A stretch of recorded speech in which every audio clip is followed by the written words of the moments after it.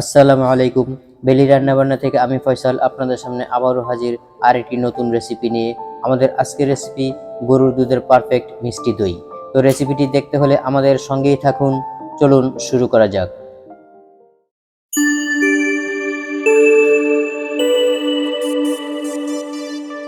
দই তৈরি করার জন্য আমি এখানে নিয়েছি দেশি গরুর খাঁটি 2 লিটার দুধ।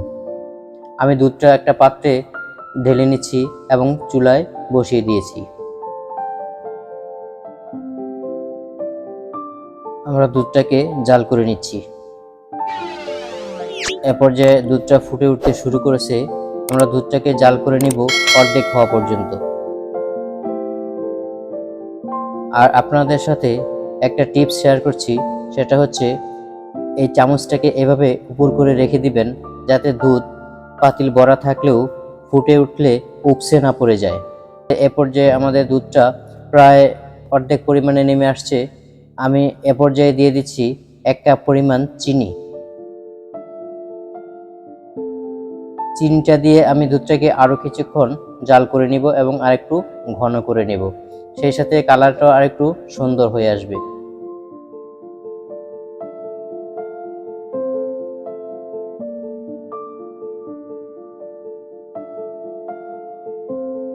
আর এরই মাঝে আমার দুধটা প্রায় জাল করা হয়ে আসছে। এখন আমি দুধটাকে চুলা থেকে নামিয়ে নেব এবং একটু ঠান্ডা হওয়ার জন্য অপেক্ষা করব। আর একটু ঠান্ডা হলে দুধের কালারটা আরো সুন্দর হবে। আমি চুলা থেকে নামিয়ে নিচ্ছি। এখন একটু ঠান্ডা হওয়ার পর ফিরে আসছি। এখন আমি দই তৈরি করার জন্য মিশিয়ে দিচ্ছি 2 চামচ দই বীজ। দই বীজটা দিয়ে আমি দুধটাকে ভালো করে ফেটিয়ে মিশিয়ে নিতে হবে। আমি মিশিয়ে নিচ্ছি। দইটাকে সেট করার জন্য দুধটাকে ততটুকু পরিমাণ ঠান্ডা করতে হবে, আঙ্গুলটা চুবিয়ে দিলে যতটুকু পরিমাণ সহ্য করা যায়। আমি আঙ্গুলটা চুবিয়ে দেখে দিচ্ছি, ঠিক এই পরিমাণ ঠান্ডা হওয়ার পরে দইটাকে সেট করার জন্য বাটিতে ঢেলে দিতে হবে। তা আমার দুধটা পুরোপুরি রেডি হয়ে গেছে। এখন আমি একটা বাটিতে ঢেলে দিচ্ছি। বাটিটাতে আমি দিয়ে দিচ্ছি আরেক চা চামচ দই বীজ। দই বীজটা দিয়ে আমি পুরো বাটিতে দই বীজটাকে স্প্রেড করে দিচ্ছি।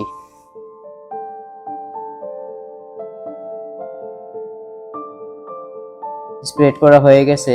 এখন আমি দুধের মিশ্রণটাকে বাটিতে ঢেলে দিচ্ছি।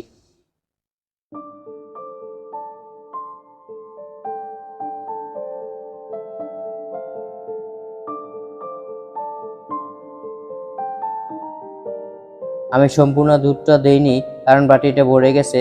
আর বাকি দুধটুকু আমি অন্য বাটিতে রেখে দিব। এখন এই বাটিটাকে আমি ঢাকনাটা লাগিয়ে দিয়ে এখানে ওয়েটিংয়ে রেখে দেব 4 থেকে 5 ঘন্টার জন্য। আর তার জন্য আমি নিচে একটা চাদর বিছিয়ে দিয়েছি এবং ঢাকনা লাগিয়ে উপর আরেকটা মোটা কাঁথা দিয়ে ঢেকে দিচ্ছি। অপেক্ষা করব 4 থেকে 5 ঘন্টা পর্যন্ত।